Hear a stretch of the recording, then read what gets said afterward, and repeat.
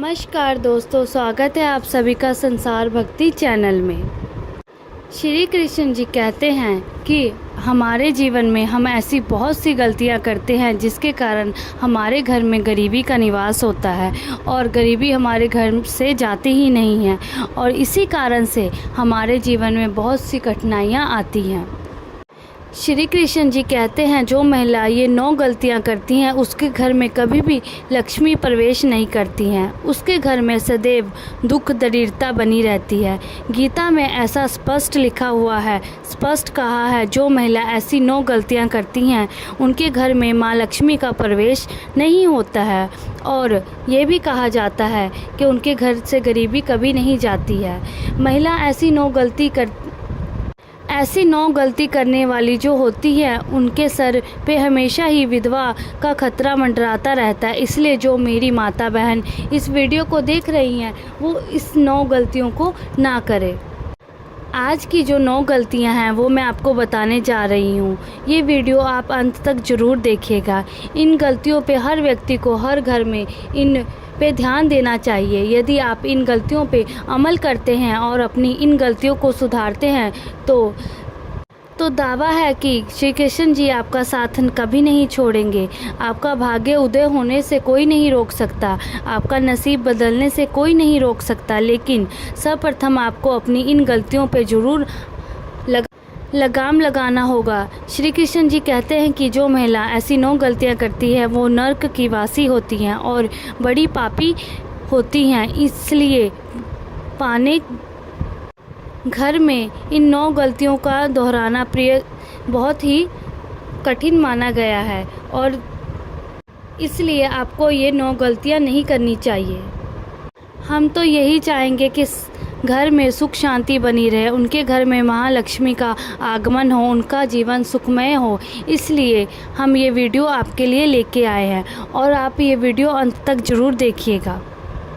श्री कृष्ण जी कहते हैं कि जो महिला ऐसी 9 गलतियां करती है उनके घर में लक्ष्मी का प्रवेश नहीं होता है। अभी तो 9 गलतियां कौन कौन सी हैं इसके बारे में ध्यान से सुनिए और इस पे लगाम भी लगाइए। पहली गलती, जो शादीशुदा सफ़ेद वस्त्र धारण करती हैं, ऐसी महिला के घर में माँ लक्ष्मी का प्रवेश नहीं होता है। एक शादीशुदा महिला को सफ़ेद वस्त्र कभी धारण नहीं करना चाहिए क्योंकि सफ़ेद वस्त्र लक्ष्मी का प्रतीक होता है, विधवा का प्रतीक होता है। श्री कृष्ण जी कहते हैं कि जो शादीशुदा महिला यदि सफ़ेद वस्त्र धारण करती है तो उनके पति के जीवन में अकाल मृत्यु का भय बढ़ जाता है और उस महिला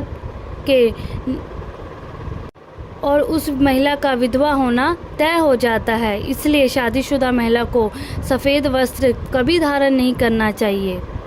श्री कृष्ण जी कहते हैं जो शादीशुदा महिला हैं वो अपनी मांग में हमेशा सिंदूर डाले रखें। आज के इस मॉडर्न ज़माने में देखते हुए है कि महिलाएं मांग में सिंदूर नहीं डालती है और वो फैशन में पागल हो जाती हैं, इसलिए अपनी मांग में सिंदूर डालना भूल गई हैं। तो श्री कृष्ण जी कहते हैं कि जो महिला अपनी मांग में सिंदूर नहीं डालती हैं ऐसी महिला के घर में लक्ष्मी प्रवेश नहीं करती हैं। जो शादीशुदा महिला हैं वो अपने मांग में सिंदूर जरूर डालें क्योंकि सिंदूर जो है आपके स्वामी का प्रतीक होता है, आपका सुहागिन होने का प्रतीक होता है, आपका सुहाग का प्रतीक होता है। इसलिए शादीशुदा महिलाओं को सिंदूर हमेशा ही अपनी मांग में लगाना चाहिए। श्री कृष्ण जी कहते हैं कि जो महिला अपने पाँव में बिछिया पहनती है वो कभी सोने के ना पहने। जो महिला सोने की बिछिया पहनती है उस घर में माँ लक्ष्मी रूठ के चली जाती है। श्री हरि कृष्ण का और विष्णु जी का निवास होता है, कभी आगमन नहीं होता। भगवान कुबेर भी वहाँ से रूठ के चले जाते हैं, उस घर में दुख दरिद्रता आ जाती है। जो महिला अपने पैरों में सोने की बिछिया पहनती है, सोना जो होता है श्री हरि विष्णु का प्रतीक होता है। श्री हरि विष्णु के प्रतीक को यदि आप अपने पाँव में धारण करेंगे तो माँ लक्ष्मी रूठेगी, उस घर में सदा के लिए लक्ष्मी का प्रवेश बंद हो जाएगा। पाँव में कभी भी भूलकर सोने का जेवर ना पहने। श्री कृष्ण जी कहते हैं कि महिला अपने पाँव में जो बिछिया पहनती है उनमें छुआ, सांप, फूल या किसी देवी देवताओं की आकृति वाली बिछिया न पहने, ये भी अशुभ मानी जाती है। इसलिए कहा जाता है कि अपने पाँव में सिर्फ चांदी का ही पहनना चाहिए, सोने का कोई भी चीज़ नहीं पहनना चाहिए। और ये भी कहा जाता है जो महिला पति से पहले भोजन ग्रहण करती हैं उस घर में भी माँ लक्ष्मी का प्रवेश नहीं होता है। इसलिए एक शादीशुदा महिला को चाहिए कि वो अपने पति से पहले अपने पति को भोजन कराए, उसके बाद स्वयं भोजन करे। और जो महिला सूर्योदय होने के बाद भी बिस्तर पे सोई रहती है उस घर में माँ लक्ष्मी का कभी प्रवेश नहीं होता है और वो हमेशा महिला बड़ी पाप की भागीदारी होती है। ऐसा कहा गया है कि जो महिला सूर्योदय होने के बाद भी अपने बिस्तर पे सो रही रहती है, महिला बड़ी पापनी होती है। इसलिए हर माता बहन को सूर्योदय होने से पहले बिस्तर छोड़ देना चाहिए। अपने घर में झाड़ू पोछा करने के बर्तनों को साफ करके उसके बाद भोजन की तैयारी करें। श्री कृष्ण जी कहते हैं कि जो महिला अपने हाथों में चूड़ा नहीं पहनती, अपने सुहाग के प्रतीक चूड़ा को नहीं पहनती, ऐसी महिला अपने हाथों में चूड़ा जरूर पहने, क्योंकि चूड़ा ही आपके सुहाग का प्रतीक होता है और आपका सुहाग श्री हरि विष्णु का प्रतीक होता है। और जहाँ श्री हरि विष्णु का प्रतीक होता है वहाँ महालक्ष्मी का आगमन होता है। इसलिए हर किसी को भी चूड़ा जरूर पहनना चाहिए। घर में बैठे ऊर्जा माँ लक्ष्मी का प्रतीक होता है, श्री हरि विष्णु का प्रतीक होता है। तो प्रिय दर्शकों, आपको किसी भी चीज़ की कमी नहीं रहती है, उस घर में माँ लक्ष्मी सदैव बरसती रहती है। इसलिए जो भी महिला हैं वो सुहागन के चिन्ह को हमेशा धारण करते रहिए। श्री कृष्ण जी कहते हैं कि जो महिला महामारी के समय अपने रसोई घर में प्रवेश करती है उस घर में माँ लक्ष्मी का वास खत्म हो जाता है, उस घर में लक्ष्मी का प्रवेश शुरू हो जाता है।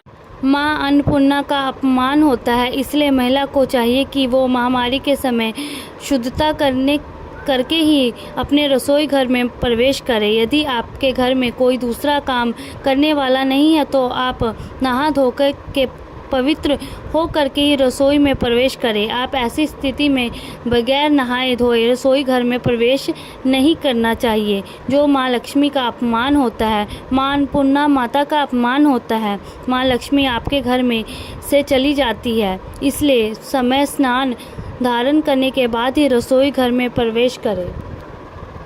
श्री कृष्ण जी कहते हैं कि जो पति अपनी पत्नी को दुख देता है उस घर में कभी भी माँ लक्ष्मी का आगमन नहीं होता है। जो पति अपनी पत्नी से आए दिन में बेमतलब झगड़े करता है, उसको दुखी करता है, उस घर में माँ लक्ष्मी सदा सदा के लिए रूठ के चली जाती है। क्योंकि पत्नी जो होती है माँ लक्ष्मी का स्वरूप होती है। इसलिए